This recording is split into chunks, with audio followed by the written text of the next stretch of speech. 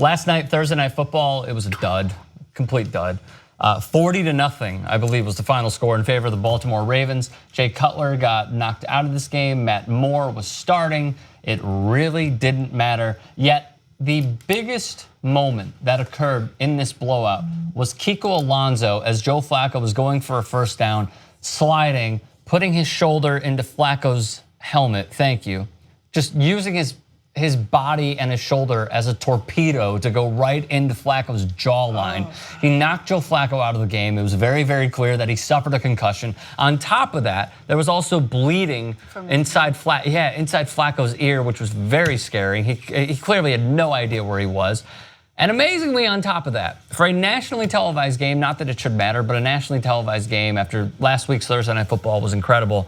Kiko Alonso was not kicked out of this game. He actually remained in the game, but I do believe that he will be suspended for the league office to make up for it.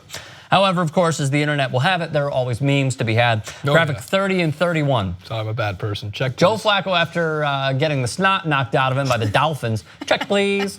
There was a lot of bartender. A lot of bartender I'm cutting stuff. you. He goes, I'm going. Yeah. Waiter, who ordered the pancake? Joe Flacco. I like, there was one other that was when the bartender comes over to you and says, I'm cutting you off. And he goes, I said one more. You got to be able to laugh at these things. I know it's serious. Terrible, but yeah. Denise, was it a late hit? Was it a hit that he should have been ejected for? I don't know. I think the call was made right. I think it was the right call, but it was an absolute late hit. I feel like,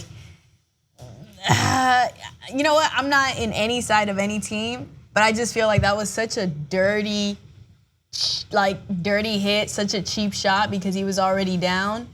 He had slid like it, and it just didn't make any sense for you to react in that way and cause any that's absolutely absurd. It's absolutely absurd, and it didn't make no sense because again he was already down. I understand that sometimes the way that you train, you have to make sure that it's.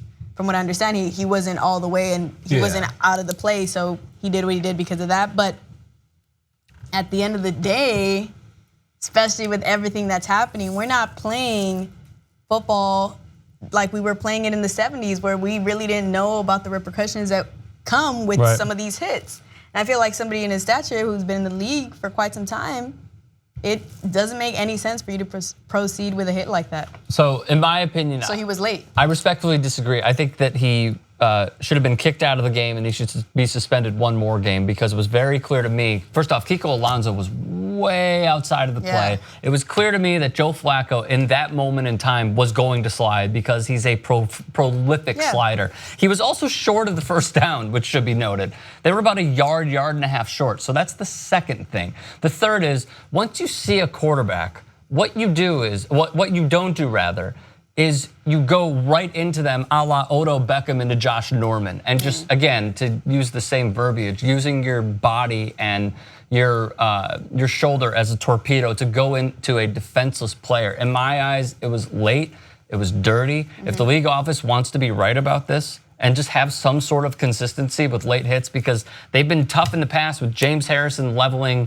Colt McCoy, and then Colt McCoy going back in the game was a big controversial thing. But if they want to get it right, then they will suspend him and fine him because this is wrong what he did. It is very, very, very wrong. And again, for a guy who was yards away from the play, it was an opportunity to hit a defenseless player and take their quarterback out of the game. Luckily so, Ryan Mallett came in and looked like Arkansas Ryan Mallett and actually helped them win the game, even though the Dolphins' offense was terrible. I disagree wholeheartedly with that. I think he should not have been ejected, but he should still get, just because they have to put safety first. Suspension is fine. However, the second you take off as a quarterback, doesn't matter. You're the same as a wide receiver, you're the same as a running back. Yes, it is. It does matter if you slide, Jason. It absolutely matters. That's where the rule goes in place. Let me finish. Go ahead. For one, as you noted, he was a yard and a half short of the first down. Kiko Alonso's job is to tackle that player. Agreed. And while he took off like a torpedo, from the point where he took off, Joe Flacco was not in sliding motion. Now we're talking about two guys.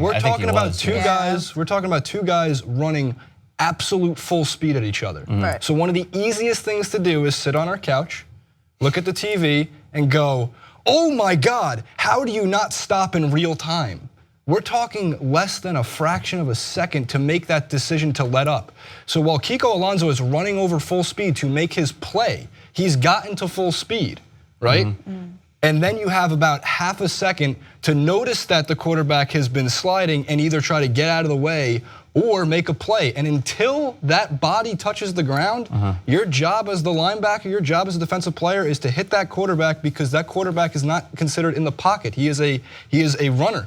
He is as anything, no different than when you throw that screen pass, no different. Now I get it, there are rules in place to protect these players like a quarterback sliding. However, you have half of a second you could have added to that point, and he's a standing runner, and then he's getting lit up. And well, again, when he, yeah, go ahead. My thing is like, I don't think there was malicious intent, and that's the most important thing as to why you should get ejected. If he was on the ground, like James Harrison at times, like out of bounds where it's a lot closer, we're not even talking about a guy going out of bounds. He's in the middle of the field. Right. And like, the second he leaves the pocket, he is not a quarterback. The second he leaves the pocket, he is no different. I know he can slide, but he is no different. Just like any other player can slide. I can't agree with that. I can't agree with all that. But that's the rules that are in place. I agree with the only thing I agree with is that it wasn't malicious. Yeah. That's the only thing I agree with. It wasn't malicious, but he was in sliding territory. It did make sense for him. Like first of all, it's a quarterback. I'm not gonna change the fact that just because he's running, he's in a. But that's the rule. But he doesn't deserve to be torpedoed like that. He deserves to be stopped. I don't think he deserved to be hit the way that he did. I think at that point you have to recognize the position that you're in and realize, okay, my job. He's clearly gonna slide. Clearly. Let me go further with this, and to the contrarian, which is Jason right now. Not that it's a bad thing, just to open this up. The angle that Kiko Alonso took also showed me the shortest path? The angle that he was going, which was literally 45 degrees down into the ground, showed me that he knew that Joe Flacco was sliding. And everyone knew that Joe Flacco was sliding. He has a history of sliding. He's not gonna be the guy who, in a way, to make this comparison, is gonna Russell Wilson, the way that Russell Wilson stretches out the ball, Flacco would do with his body. He just has never done it before, and he wouldn't do it again. So the fact that he knew that he was sliding, and he didn't go up to try and tackle him, which you're insinuating if he were to try to go for the first down, he'd be standing up. He was sliding down, he was low to the ground, and that's why Kiko Alonso went even lower. And I'm not saying, and again, the thing is intent, as you said. Was there malicious intent? Not to hurt him and take him out of the game, but was there intent to try and hit him? Abso-fucking-lutely. And that's why you need to come down on him. But the intent of every defensive player is to hit the guy with the ball. Of course, but there shouldn't be that intent when you know that a quarterback is going down. And Kiko Alonso can say that he didn't know and he wasn't thinking about it. And yes, was it a bang-bang play? Absolutely. We can take the easiest stance of analyzing this because we're not the ones suffering the hit or calling the plays or going in there as a linebacker. But I am telling you from my initial reaction, seeing how low he was to the ground and how low Kiko went to the ground, it was a really, really dirty hit, man. And look, we're going over the what if scenarios of at that time, should he have been kicked out? I said yes. Should he have been suspended the next game? If he got kicked out, no. But as you said, there needs to be some sort of repercussion to set the precedent that they're not gonna allow this to happen again. Right. I think so there you go. And the only part that I have to add to that is that I was actually for the call that was given to him, just because of the fact that there's a lot of inconsistency. So it doesn't make sense. I don't feel like this play, if they give him a suspension, and it's not going to make a difference to how somebody else, the next person who does that, is going to be treated. So I feel like the call that was made was the right call for him at that time. Now, I don't think that it was malicious, but I don't think that he should have came at him that way. Do you think he should be suspended the next game? No. No. To your point being, it's not going to change anything. Right, and because of that fact. That's a good point. That's a so very why good is he point. going to suffer that kind of repercussion when it was not malicious? And he's not setting any open path for the next player that gets hit with a play like this. If anything, watching something like this, I think common sense that most NFL players would just be like, okay, well, either I wouldn't have done that or I won't react in that way in a play like that.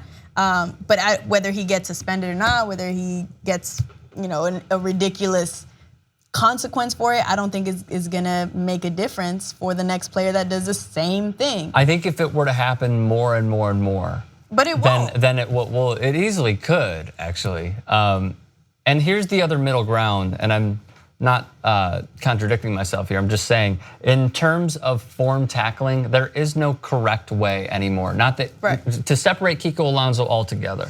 What we have now is not only players playing less because of, as Denise opened up, the repercussions that a lot of former and current players probably are suffering right now from CTE, but there's no correct way to form tackle because it seems like no matter what, you are going to get a flag. Right. And we saw this, I believe, last Sunday. I don't remember who it was exactly, but it wasn't a dirty hit.